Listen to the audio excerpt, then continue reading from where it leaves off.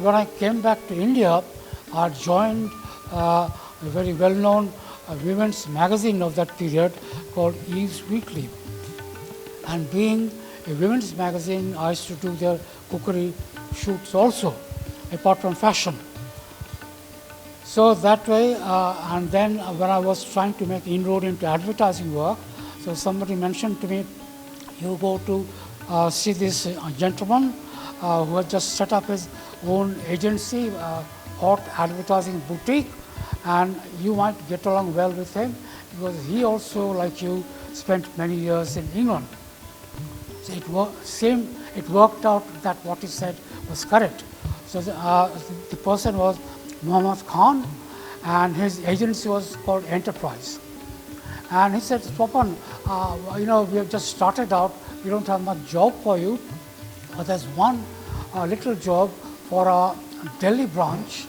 Would you be interested? I said, tell me, if it can be photographed legally, I'll do it. He said, yeah. I said, men's shirts, and the budget is low, there's no model involved, shirts, premium shirts in their own packaging, boxes. Okay, no problem. So I did those and then said, look, Swapan, now this has a very Italian sounding brand name called Intermezzo. So we have got to have a photograph, something to show typically Italian. So I said, you cannot have more Italian than a bowl of spaghetti. He said, that's a good idea. Shoot that in black and white. So the art director, who is a big shot now, I won't mention the name, came along with assistant. We did all those shirt thing, and then bowl of spaghetti. So they tried, because when you boil spaghetti, they are very slippery. And my idea was on a fork, the bowl there. They could not do it, falling off. I said, look, you all go home, I'll do it. So I did a lot of things to it, I won't mention, but they looked quite okay, mouth-watering. So when the picture went to Muhammad Khan, he was telling, this is what I heard from people, a staff member.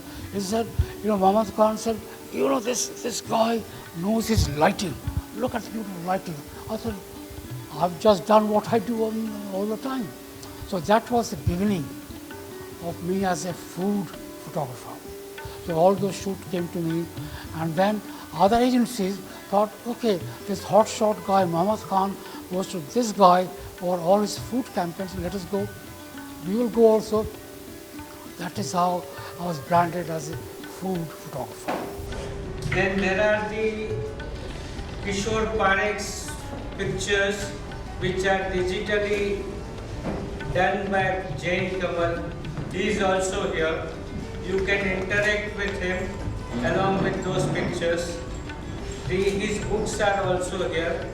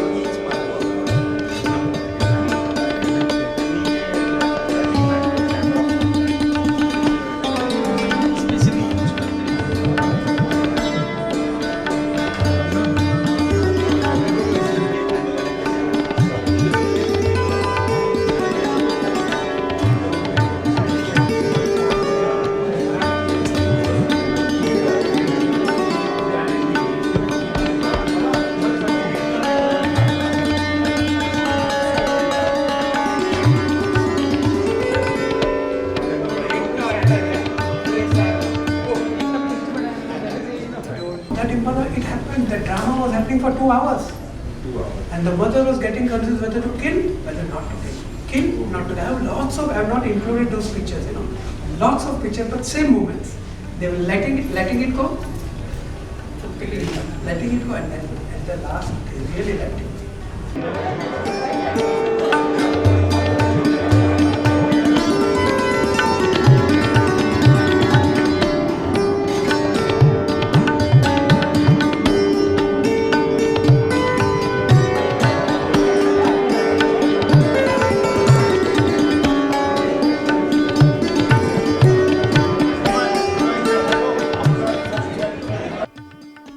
They actually bombarded the fuel depots which were adjacent to Karachi port.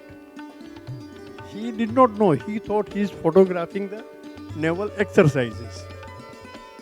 After coming back, next day in the paper when he read this, and all that what he had done.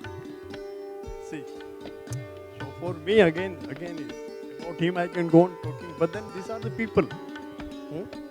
And we hardly remember them. Actually, this is the day we should remember our Doyen photographer, whether it is Mitra Bedi or Vilas Bende. So many of them I can go on. And that we should pay a tribute to photographers' fraternity in general.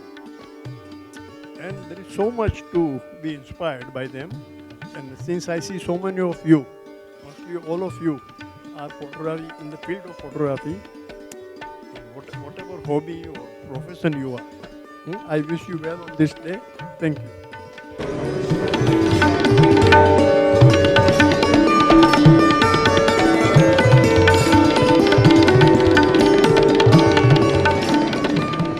किशोर पारिक साहब की एक किताब मुझे footpath पे 1980 में मिली है और मेरे कलेक्शन में, मेरे पर्सनल कलेक्शन में 10,000 से ज़्यादा बुक्स हैं। और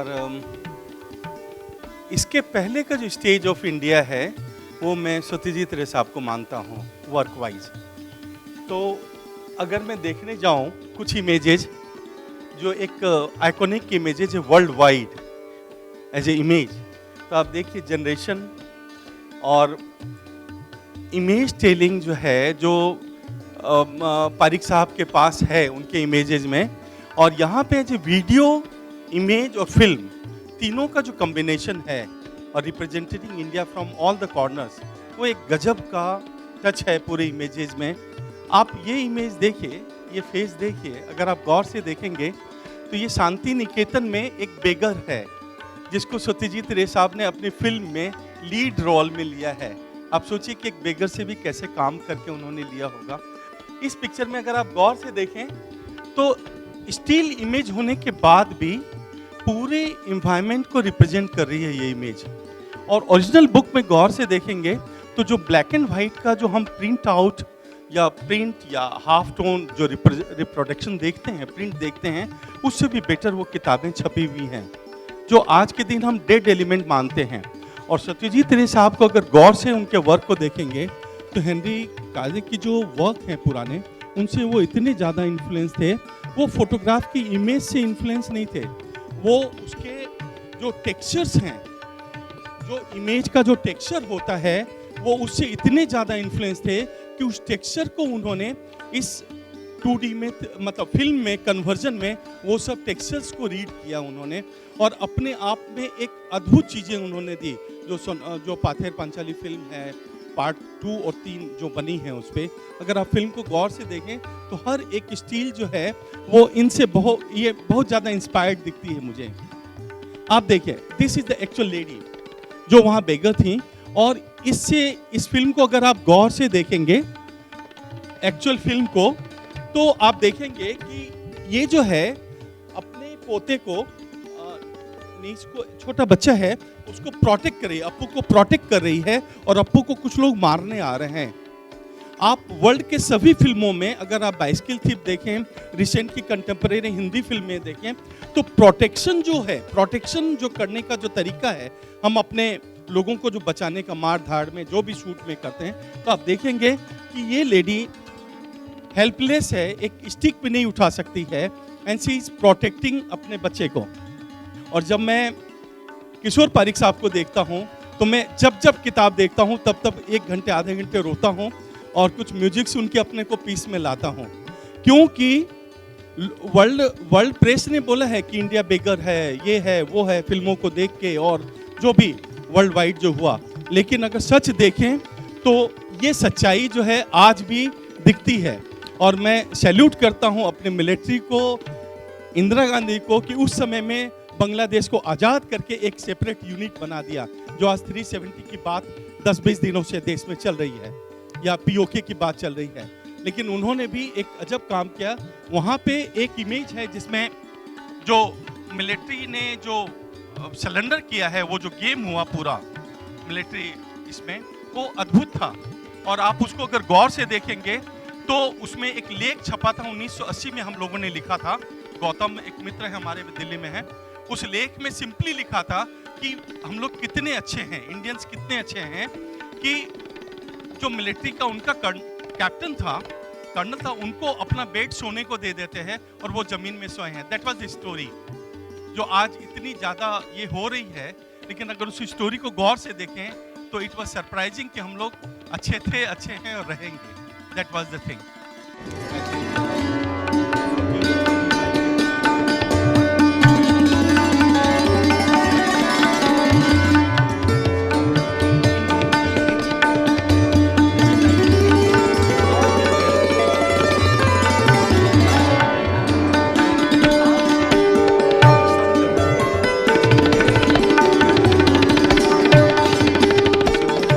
Kishore Parekh,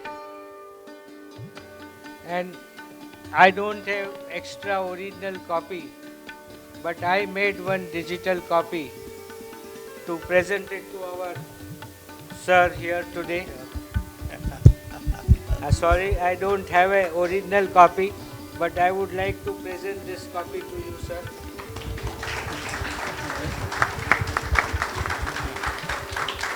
And photography as an art is a very strong, powerful medium. But, what we have seen is just some of the photographs regarding the Bangladesh Liberation War 1971. The Liberation War of Bangladesh, it's a very unique event in the history of 20th century. It is the only war, in fact, which can be regarded as a post-colonial war by a people, a emerging nation who were under suppression and subjugation for long times, for years after years, in fact. So our legendary leader Bangabandhu Sheikh Mujibur Rahman, he correctly appreciated the conditions of Bangladesh, particularly the Bengali people in the then East Pakistan, that how these people can be freed from exploitation and subjugation. Otherwise, these people has no future. They will be exploited. They have been, and they will be, and that it's not acceptable. So he chalked out many. In fact, he used his political acumen, and he led Bangladesh people, the Bengali people, in all the movements from 1948, when Bangla was undermined. The language of Bangla, which is a very rich language, in fact, in Indian subcontinent, even in Asia. So Sheikh Mujibur Rahman, in fact, he started his political career in 1937. Even he joined the Muslim League to see that this part of India is free, at least his people is free. But his dream, his aspiration, everything was shattered after 1947. He has drawn up his own political agenda and the blueprint and the roadmap for independence and emancipation of the people. So it is under his leadership that our people understand that yes, he is the only leader can be relied and who can be believed, and who has the charisma and ability to lead us.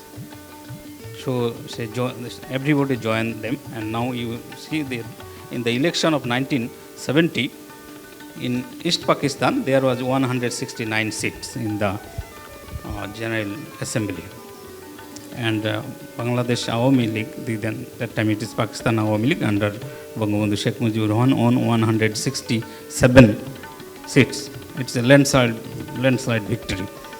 Nobody even imagined, even President Yahya Khan did not imagine that Sheikh Mujib will be such a victorious person. Then they tried to dilly-dallying, taking time, and they thought that Bangabandhu cannot be given the authority to rule Pakistan. So the Pakistani Janta, all the army people, they hatched a conspiracy against the Bengali people. And on the fateful night of 25 March 1971, they launched a campaign, a massacring campaign called Operation Searchlight, that on that night they will kill all our political leaders, all our workers, and all the intellectuals to suppress the nation.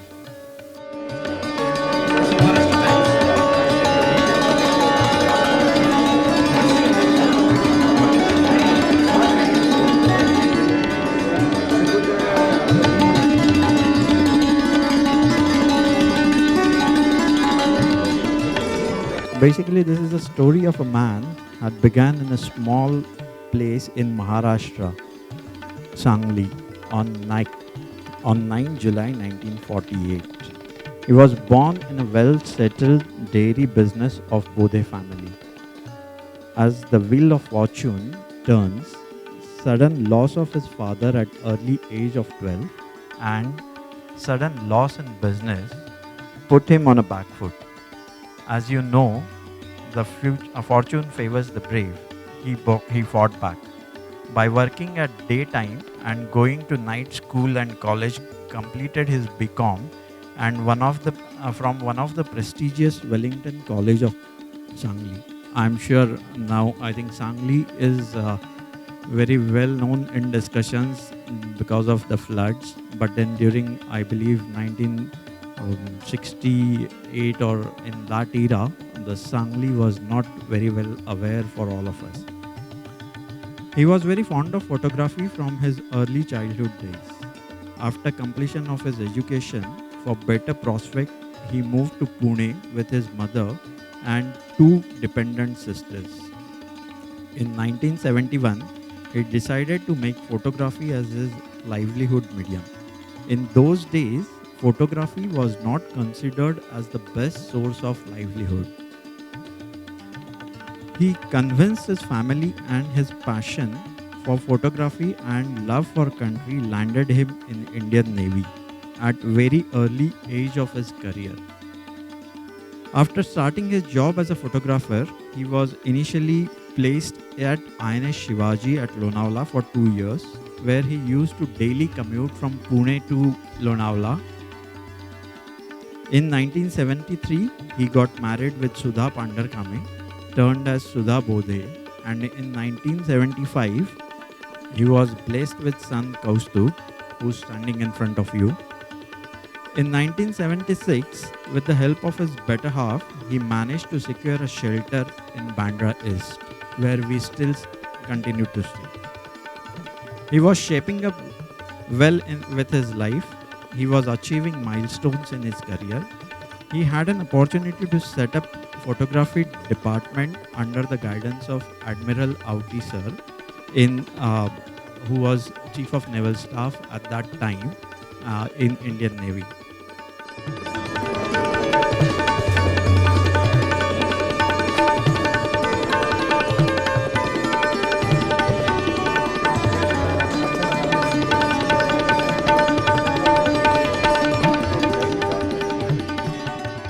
boxes. One day I went there, he told me, Teo, what's and the kapat ugad. That one small cabinet, they had a top cabinet on top of that balcony. So he asked me to open the last one. I opened it, get that box down, come down. And he says, this is my secret cabinet, I don't allow anybody. And I believe, you won't believe me, there were horrifying pictures, of tsunami. Because he had shot for tsunami, he was asked to do it as from the defense to go and document that happening. So he had shot it, I think, on the third or fourth day of tsunami, and there were horrid pictures, like bodies on wires and weird. So he says, these pictures, I've shot them as a record, but I've logged them. I cannot use them anywhere, So, and then he was, fortunately, the government gave him permission to release a few. The government released a few pictures for him, which you see in the books today. Otherwise, it would be a closed box affair, It wouldn't have come out. But he was persistent enough to get to convince those authorities of course, that time Admiral Auti was there, a very nice gentleman, and he would be one, who would always sort of support something new, like, the all women's boat this you heard of. He was the key behind it. So, and more than subordinates, he was very friendly with Mr. Bode. And then he helped him out, gave him a lot of guidance, and finally he could get that permission. Later on, at my exhibition, he used to be after me. 8 o'clock, even my wife used to tell me, my phone rings, Bode Sahiban's phone ala. 8 o'clock sharp, he would call me up. What's the POA today? Acha, idhar jana hai, I have to go to the lab, I have to do this, I have to do that. Okay, fine. I'll call you up later. Do that and let me know. 8:30 in the night, he would call up again. Kai zhala? So he was on me like a hawk here. Just to see to it that I am through with my exhibition. And the way he helped me out in that, I can never forget that. If not him, I would have never had an exhibition till now. Then I had a second exhibition at the Jahangir. There also, he was there. And with Kakubai's guidance and help, I could fortunately have get permission from them for my mother's concert there during the 7 days of the exhibition. The Sunday morning, she rendered a morning raga, which was a unique kind of a thing.